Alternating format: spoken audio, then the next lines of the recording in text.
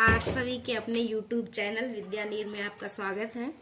और हम RS अग्रवाल में लाभ हानि सीरीज का ये क्वेश्चन नंबर 3 देख रहे हैं। क्वेश्चन हमारा ये है कि एक व्यक्ति ने कोई पुस्तक ₹891 में बेचकर लागत मूल्य का 1/10 लाभ कमाया। उस पुस्तक का क्रय मूल्य कितना है? ठीक है, हमसे पूछा गया क्रय मूल्य, तो हमने मान लिया क्रय मूल्य कितना है हमारा एक्स हो गया क्रय मूल्य। लाभ या हानि जो भी होती है हमेशा लागत मूल्य पे होती है। तो लागत मूल्य का लाभ कितना कमाया? 1/10। ये तो हो गया लाभ क्या हो गया हमारा? x/10। ठीक है, अब क्वेश्चन में हमें विक्रय मूल्य दिया गया है, तो हम ये जानते हैं कि जब हम लाभ में क्रय मूल्य को जोड़ देते हैं तो विक्रय मूल्य निकल आता है। तो लाभ तो हो गया ये x/10 और क्रय मूल्य कितना था? माना था x, तो x को जोड़ दिया तो हमारा ये टोटल क्या हो गया? ये हो गया हमारा विक्रय मूल्य, यानी कितना हो गया? 10x 11x/10।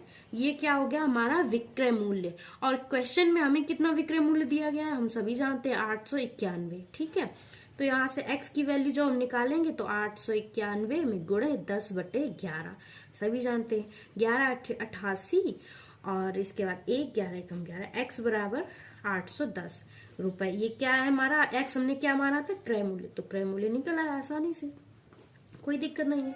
किसी को इसमें समस्या हो तो कमेंट बॉक्स में हमें मैसेज करें। इसके बाद हम इसका दूसरा तरीका देखते हैं। जिसको ये नहीं समझ में आ रहा है वो दूसरा देख ले। दूसरे तरीके में हम देखते हैं, हमसे ये कहा गया कि लागत मूल्य का लाभ जो है 1/10 है। तो एक तरफ हमने लिखा लाभ, दूसरी तरफ लिखा लागत मूल्य या क्रय मूल्य।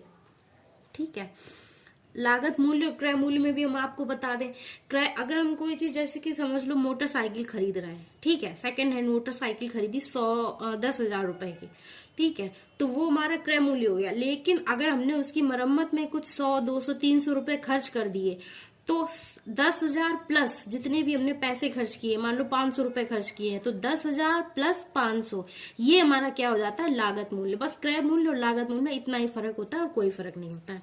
ठीक है, अब ये कहा गया कि बेचकर लागत मूल्य का 1/10, तो हमने मान लिया लागत मूल्य हमारा 10 रुपए है। ठीक है, जो हर दी गई वो हमने मान लिया लागत मूल्य में 10 रुपए है, तो हमें लाभ यहाँ से कितना होगा? 1, क्योंकि लागत मूल्य का 1/10 मान लो, लागत मूल्य का 1/10 किया, 10 से 10 कट गया, लाभ कितना निकला? 1 रुपए। ठीक है, लाभ 1 रुपए है, लागत मूल्य 10 रुपए है। अगर यहाँ से विक्रय मूल्य निकालने की कोशिश करें तो कितना आएगा? हम जानते हैं विक्रय मूल्य निकालने के लिए हमें लाभ में क्रय मूल्य जोड़ना पड़ता है या लागत मूल्य जोड़ना पड़ता है। तो एक में जब हमने 10 जोड़ा तो हो गया 11। अब हम ये भी जानते हैं कि ये हमारा विक्रय मूल्य तो निकल आया है, लेकिन क्वेश्चन में हमें विक्रय मूल्य कितना दिया गया? 891। ठीक है, एक की वैल्यू कितनी हो गई? यहाँ से अगर एक की वैल्यू निकालें तो 81। चूंकि मुझसे पूछा गया क्रय मूल्य, तो लागत मूल्य कितना है? 10, तो 10 की वैल्यू 810। लागत मूल्य या क्रय मूल्य हमारा ये निकल आया। मुझे तो ये तरीका ज्यादा अच्छा लगता है, बाकी आप लोगों के ऊपर है, आपको ये ज्यादा पसंद आ रहा तो ये कर लो, ये बाकी ये कोई ट्रिक नहीं है, ये बस क्वेश्चन को लगाने का मेथड। एक बार आपने क्वेश्चन का मेथड समझ लिया ना, कितना भी बड़ा क्वेश्चन हो आप आसानी से कर लेंगे। इसी सीरीज के हम अपने अगले क्वेश्चन की तरफ बढ़ते हैं। इसमें ये कहा गया है कि एक व्यक्ति ने 2470 रुपए में 26 किलोग्राम चावल खरीदे। इसमें से उसने 110 रुपए प्रति किलोग्राम की दर से 10 किलोग्राम चावल बेच दिए। अब 70 रुपए का लाभ कमाने के लिए उसे शेष चावल किस दर पर बेचना होगा? सबसे पहले हम खंड खंड में करके क्वेश्चन देखते हैं अपना, कि एक व्यक्ति ने 2470 में 26 किलोग्राम चावल खरीदे। ठीक है, हमने लिख लिया 2470 रुपए में 26 किलोग्राम चावल खरीदे। ये पूरा हमारा क्या हो गया? क्रय मूल्य। क्या हो गया? क्रय मूल्य। ठीक है, अब उसने खंड खंड में बेचे, उसमें से उसने क्या किया कि 10 किलोग्राम चावल 110 रुपए प्रति किलोग्राम की दर से बेच दिए। तो इससे उसे रुपया कितना मिला? 110 में गुणे 10, यानी कि 10 किलोग्राम चावल टोटल उसने 1100 रुपए में बेचे। कितने रुपए में बेचे? 1100 रुपए में। ठीक है, ये उसने बेच दिए। अब उसके पास बचे कितने चावल? भाई 26 किलोग्राम थे, 10 किलोग्राम वो बेच चुका है, चावल कितने बचे? 16 किलोग्राम। ठीक है, ये 16 किलोग्राम चावल उसे और बेचने हैं अभी। अब बेचने 16 किलोग्राम है, 2470 में से उसने 1100 रुपए की पूंजी जो है अपनी निकाल ली, या कहें कि वसूल कर ली। अब उसे अगर ये चावल और बेचने बिना लाभ के, तो कितने में बेचने होंगे? 1370 में। ठीक है, ये कैसे हमने निकाले? 2470 में माइनस ये 1100, 1370 रुपए। भाई 2470 रुपए की पूंजी उसके पास थी, 26 किलोग्राम चावल उसने खरीदे थे, जिसमें से उसने 10 किलोग्राम चावल 1100 रुपए के बेच लिए। यानी ये पूंजी अपनी उसने बेच के चावल पूंजी अपनी सीधी कर ली। ठीक है, अब उसके पास बचे कितने चावल? 16 किलोग्राम। और ये 16 किलोग्राम चावल अगर वो 1370 में बेच दे तो उसे कोई लाभ नहीं होगा। ठीक है, लेकिन क्वेश्चन में एक कंडीशन दे दी गई है कि 70 रुपए का लाभ उसे कमाना है। भाई 70 रुपए का लाभ कमाना है, सीधी सी बात है, जो रुपए बचे हैं उसमें 70 जोड़ दो, 0 14 14, यानी कि अब वो चावल जो 16 किलोग्राम है, ये चावल 16 किलोग्राम चावल ये वो कितने में बेचे? 1440 में, तो उसे 70 रुपए का लाभ होगा। ठीक, यही आंसर हो जाता हमारा। लेकिन उसने पूछ दिया चावल किस दर पर बेचना है। दर का मतलब हमें प्रति किलोग्राम निकालना है। तो 1 किलोग्राम चावल की वैल्यू यहाँ से कितनी हो जाएगी? 1440 बट्टे 16।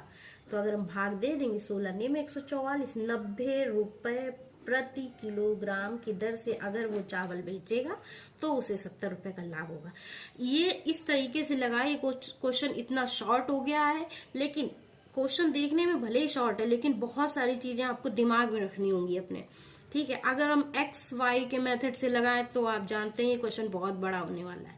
ठीक है, अगर किसी को इससे नहीं समझ में आ रहा है, वो एक्स के मेथड से करना चाह रहा है, तो मुझे मैसेज करे कमेंट बॉक्स में, मैं उसे एक्स वाले मेथड से भी बताने की कोशिश करूंगी।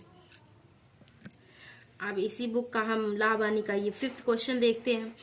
ये क्वेश्चन, इस टाइप के क्वेश्चन पर्सनली मुझे बहुत पसंद है।